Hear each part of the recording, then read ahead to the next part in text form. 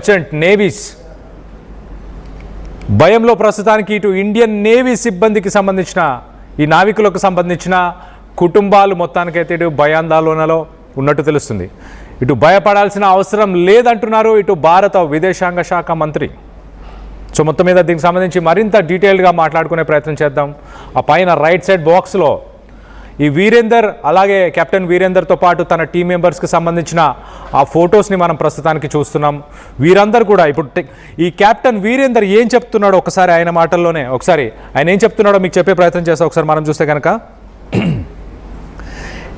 ఇటు జెస్కో అనే ఒక ట్యాంక్ ఒక ఆయిల్ ట్యాంకర్ని ప్రస్తుతానికి మేము రన్ చేస్తున్నామంటూ ఇటు కెప్టెన్ వీరేంద్ర విశ్వకర్మ చెప్పుకొస్తున్నాడు.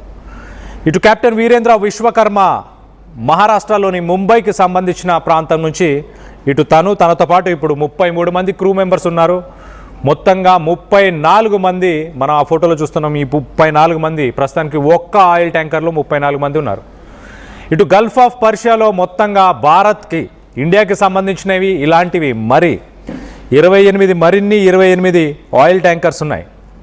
దాంట్లో మొత్తంగా ఇటు ఇండియాకు సంబంధించిన ఇటు మర్చెంట్ నేవీ మొత్తానికి సిబ్బంది చూస్తే కనుక సుమారు 800 మంది ప్రస్తుతానికి ఇండియన్స్ ఈ యుద్ధంలో చిక్కుకుపోయారు, ఈ గల్ఫ్ ఆఫ్ పర్షియాలో చిక్కుకుపోయారు.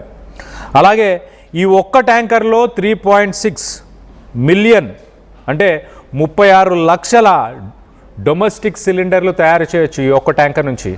అలాగే మిగతా 28 ఆయిల్ ట్యాంకర్స్ ఉన్నాయి. దాంట్లో కొన్నిట్లో ఆయిల్ ఉంది, కొన్నిట్లో గ్యాస్ కూడా ఉంది. షిప్ ప్రస్తుతానికి ఇటు మీనా సకర్ అని యునైటెడ్ అరబ్ ఎమిరేట్స్కి సంబంధించిన ఓడరేవులో ప్రస్తుతానికి ఉంది.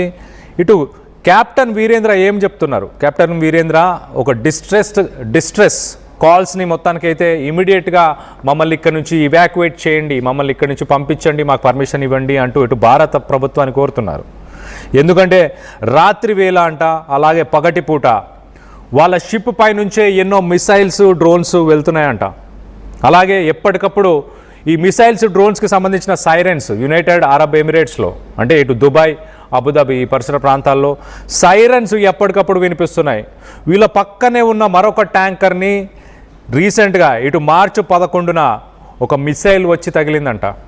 ఆ మిసైల్ వచ్చి తగలడంతో మొత్తానికైతే ఆ ట్యాంకర్ మంటల్లో అంటుకుంది, మంటల్లో కాలిపోయింది, బూడిదైపోయిందంటూ ఇటు వీరేందర్ అంటే వీళ్ళ కళ్ళ ముందే ఇటు పక్కనే కనిపిస్తున్న ట్యాంకర్లు ఒక 4-5 కిలోమీటర్ల డిస్టెన్స్ ఒక ట్యాంకర్ నుంచి ఇంకో ట్యాంకర్కి మధ్యలో అంత డిస్టెన్స్ ఉంటుంది.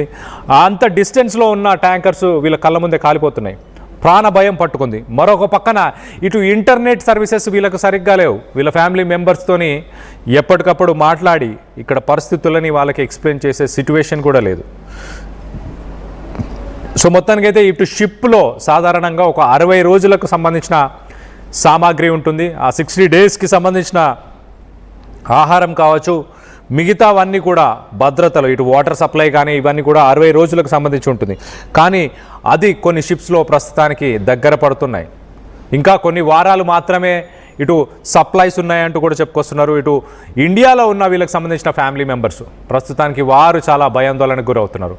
మనం రైట్ సైడ్ విజువల్లో చూస్తున్నాం. ఇటు ఆయిల్ ట్యాంకర్స్ని టార్గెట్ చేస్తూ ఇటు ఇరానియన్ మిసైల్స్ కానీ డ్రోన్స్ కానీ అలాగే ఇటు సముద్రంలో ఏర్పరిచిన మైన్స్ కానీ వీటి వల్ల ఇప్పుడు ఆ ట్యాంకర్స్ అక్కడి నుంచి కదలలేని పొజిషన్.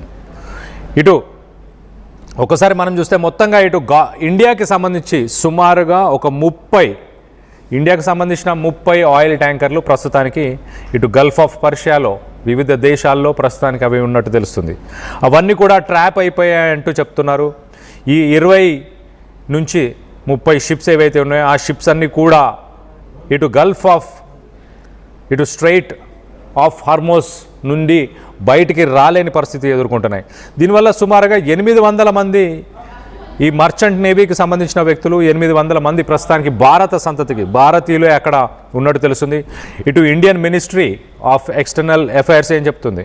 చాలా క్లియర్గా ఇటు ఇరానియన్ అథారిటీస్తోని నెగోషియేట్ చేస్తుంది. ఇండియన్ వెసల్స్ని వెనక్కి పంపించే ప్రయత్నాలు చేస్తుంది. అలాగే ఇండియా ఎనర్జీ సెక్యూరిటీ అలాగే అక్కడ ఉన్న సివిలియన్ సెయిలర్స్ ఎవరైతే ఉన్నారో ఈ మర్చెంట్ నేవీకి సంబంధించిన వారందరి సేఫ్టీ కోసం ప్రస్తుతానికి డిప్లొమాటిక్ చర్చలు ప్రస్తుతానికి డిప్లొమాటిక్ చర్చలు కూడా నడుస్తున్నాయి. కానీ ఎంత మాట్లాడుకున్నా కూడా ఒకసారి మనం చూస్తే కనుక ఇటు Jaishankar external affairs minister Jaishankar, ఇటు ప్రస్తుతానికి ఇరాన్కి సంబంధించిన ఫారెన్ మినిస్టర్ అబ్బాస్ అరాగాచి, ఆయనతో సిట్యువేషన్ గురించి ఎప్పటికప్పుడు తెలుసుకుంటున్నారు, మాట్లాడుతున్నారు.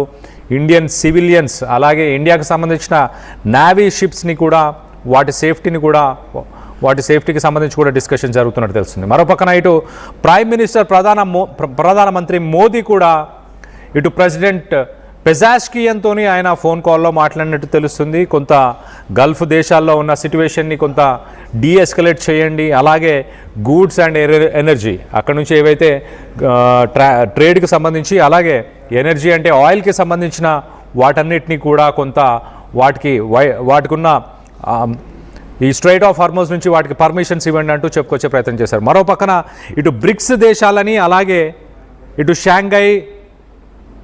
షాంఘై కోఆపరేషన్ ఆర్గనైజేషన్ వీటన్నిటితో కూడా ఇటు ఇండియా చర్చిస్తుంది. ఇటు బ్రిక్స్లో ఉన్న కంట్రీస్ కావచ్చు, ఎస్సీఓ షాంఘై కోఆపరేషన్ ఆర్గనైజేషన్లో ఉన్న కంట్రీస్ వీటన్నిటితో కూడా ప్రస్తుతానికి భారత్ చర్చిస్తుంది. గల్ఫ్లో ఉన్న సిట్యువేషన్ని డీఎస్కలేట్ చేయడానికి అమెరికా, ఇరాన్ అలాగే ఇజ్రాయెల్ వీటన్నిటి మీద ప్రెషర్ తీసుకురావడం ఎంత ఇంపార్టెంట్ అంటూ చెప్పుకొచ్చే ప్రయత్నం చేస్తుంది. సో మొత్తం మీద ఇటు ఇరాన్ అయితే ఇటు మార్చి 13-15 ఇండియాకు సంబంధించిన 2 ఎల్పిజి క్యారియర్స్ ఇటు పుష్పక్ అలాగే పరిమల్ ఈ 2 ఎల్పిజి క్యారియర్స్ని స్ట్రైట్ ఆఫ్ హార్మోస్ నుంచి వెళ్ళడానికి పర్మిషన్ ఇచ్చారు. ఇటు ఇరాన్ పర్మిషన్ ఇచ్చిన ప్రస్తుతానికి అక్కడ పొంచి ఉన్న ముప్పు ఏంటంటే ఇరాన్ అక్కడ కొన్ని మైన్స్ని ఆల్రెడీ అక్కడ క్లోజ్ చేస్తున్నామన్న రోజే అంటే మార్చి 11 ఆ సమయంలోనే అక్కడ మైన్స్ని ఆల్రెడీ ఏర్పరిచింది. సముద్ర గర్భంలో ఆల్రెడీ ఆ వాటర్లో కొన్ని మైన్స్ ఉన్నాయి. ఆ మైన్స్ని దాటుకొని వెళ్ళలేని సిట్యువేషన్, వాటిని రిమూవ్ చేస్తే కానీ వాటిని తీసేస్తే కానీ రాలేని సిట్యువేషన్. అలాగే కొన్ని గైడెడ్ మిసైల్స్ వాటికి ఆటోమేటిక్గా ఆ మిసైల్స్ యాక్టివేట్ అయ్యే అవకాశం కూడా ఉంటుంది. కాబట్టి మొత్తానికైతే ఇప్పుడు అక్కడి నుంచి ఎలాంటి షిప్స్ కూడా రావడానికి ప్రస్తుతానికి ఆలోచిస్తున్నాయి. ఇటు ఇన్సూరెన్స్ పరంగా కూడా చూసుకుంటే కనుక ఆ నౌకలకి ఇన్సూరెన్స్ గతంలో ఇచ్చిన కంపెనీస్ ఇప్పుడు ఇన్సూరెన్స్ని విత్డ్రా చేసుకున్నాయి. వార్ సిట్యువేషన్ ఉంది కాబట్టి మేము ఇన్సూరెన్స్ ఇవ్వమంటూ. సో ఒకవేళ ఆ షిప్స్ మంటల్లో అంటుకున్నా, ఆ ప్రాణ నష్టం జరిగినా, ఆస్తి నష్టం జరిగినా దానికి ఎలాంటి ఇన్సూరెన్స్ ఉండదు కాబట్టి, ఎలాంటి రిటర్న్స్ ఉండవు కాబట్టి ఆ షిప్ ఆపరేటర్స్, ఆ షిప్ కంపెనీస్, ఆ షిప్స్కి సంబంధించిన కంపెనీస్ కూడా ప్రస్తుతానికి అడుగు వేయడానికి భయపడుతున్నాయి. గతంలో మనం చూస్తే కనుక ఇటు స్కైలైట్ అలాగే ఓమ్ ఇలాంటి షిప్స్ అక్కడి నుంచి వచ్చిన సమయంలో వాటిని గల్ఫ్ ఆఫ్ ఒమాన్ అలాగే ఇటు స్ట్రైట్ ఆఫ్ హార్మోస్ పరిసర ప్రాంతాల్లో వాటిపై మిసైల్స్తో అటాక్ చేశారు. ఇప్పటిదాకా ఈ అటాక్స్లో 5 ఇండియన్స్ చనిపోయారు, 10 మంది తీవ్రంగా గాయపడ్డారు. ఎవరైతే ఈ ఆయిల్ ట్యాంకర్స్ అలాగే ఈ ఎల్పిజి ట్యాంకర్స్లో ఎవరైతే పనిచేస్తున్నారో దాంట్లో 5 ఇండియన్స్ ఇప్పటిదాకా చనిపోయారు, ఇంకో 10 మంది గాయపడినట్టు తెలుస్తుంది. సో మొత్తం మీద ఇటు ఇండియాకు సంబంధించి దాదాపు 30